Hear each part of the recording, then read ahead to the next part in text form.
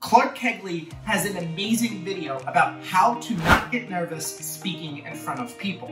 In it, he covers 5 amazing tips. But there are a few things he's missed out on that I want to share with you today. Hi, my name is Iuliano. As a professional public speaker and somebody who's live streamed over 30,000 concurrent viewers, I have a few tips, tricks, strategies that I want to share with you today to help you never get nervous speaking in front of people.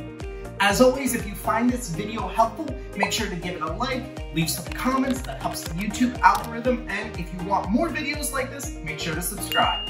Here's the truth about public speaking anxiety. I think it was 5 years ago, this singer got a chance to open for a massive rock star by the name of Stewart. I think her name was Jessica. Jessica and Rod Stewart were sitting back in the green room and they said, hey, 5-minute warning before you go and open. You see that Jessica started getting really nervous. And her hands started getting sweaty, her heart started racing, her stomach, she got the butterflies in it, and she started breathing from her chest. And right as she's about to walk out there, she looks at Rod and she goes, every time this happens, I don't know what to do. Rod, how long did it take for you to feel comfortable getting up on that stage with thousands of people watching you? Rod looked at her and was like, you know, it's really funny. I've been up on stage thousands of times, and every time I'm about to get up on stage, my palms get sweaty. I get the butterflies in my stomach. My heart starts racing. Every time that happens, I know I'm gonna give the best performance of my life. The difference between nervousness and excitement, they are both considered arousal emotions and create the same chemical process in our body. It's just how we choose to interpret those emotions predicates what actually comes about. You can make a mental shift and you can actually use some laws of nature to actually never get nervous again. What do I mean about laws of nature? Well, the first law of thermodynamics states that energy cannot be created or destroyed. It can only be transmuted. And as a public speaker, what happens is when we're about to get up on stage, we have this energy start building inside of us. And what most people try and do is they try and destroy that energy that is building up inside of them. They push it down. Do you know what happens when pressure builds up in a confined container? There's an explosion. And that explosion comes out as the nervous energy, the forgetting what you're going to say, the jitter, the shaky hands, and all the other things that happen. So what we can actually do is transmute it. And there's 2 really effective methods to transmuting energy. The first one is through movement. What you'll notice with the famous public speaker Tony Robbins is behind the stage, before he goes out there, he has this little trampoline that he bounces up and down on. It actually moves his energy into this more productive manner. So what you can do, start moving, doing like jumping jacks or dancing or anything just to move your body, naturally takes it from that nervous energy and lets it out into something that you can actually utilize. And the second way to transmute is through breathing. There's this old yoga technique. When I feel that nervousness hitting and I can't seem to move it out, take your finger, put it underneath your nose and breathe out. Feel which nostril you're breathing out of, because our nose rotates then right, left then right naturally. Once you feel what nostril you're breathing out of, plug that one and breathe out of the other one for 2 minutes.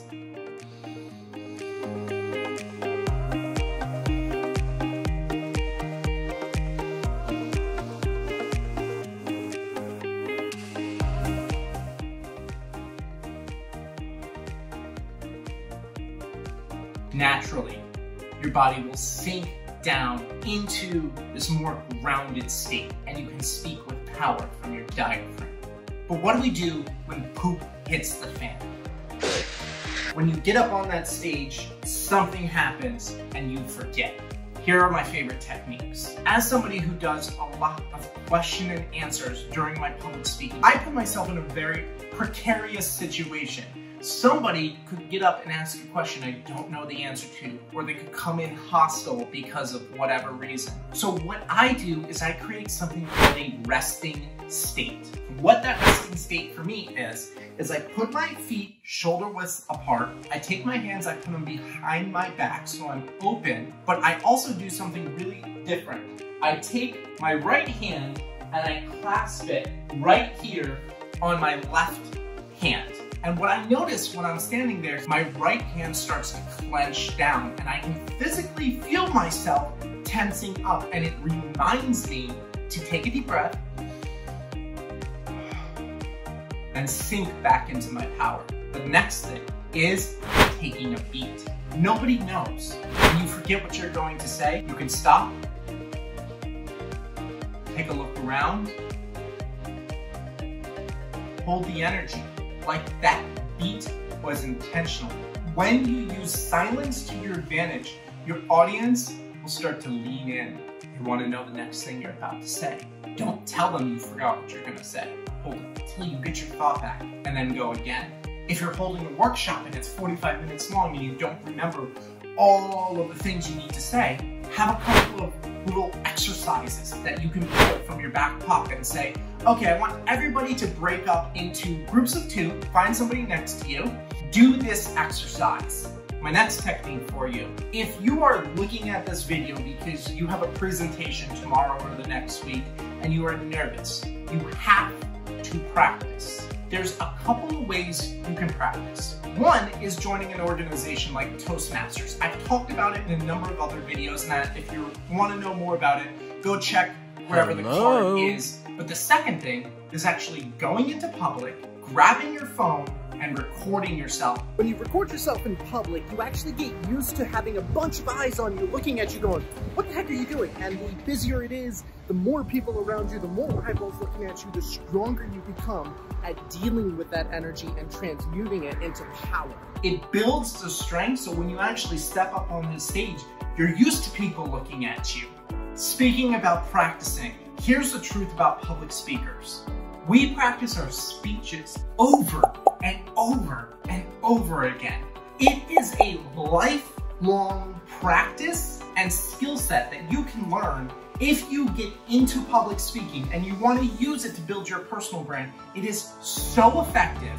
You will feel so confident, and that confidence is charismatic. That confidence, people are like, ooh, I want a piece of that. Oh, I trust this person to be able to handle, this difficult task.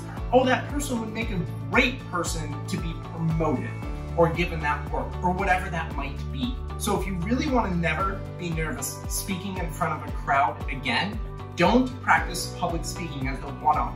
Commit time and energy to learning this skill set, and it will last you a lifetime. I guarantee it. If you like this video, again, make sure to like it, leave comments, subscribe if you're not a part of it. It helps me in the YouTube algorithm giving you free content. I'll see you guys in the next video. Peace.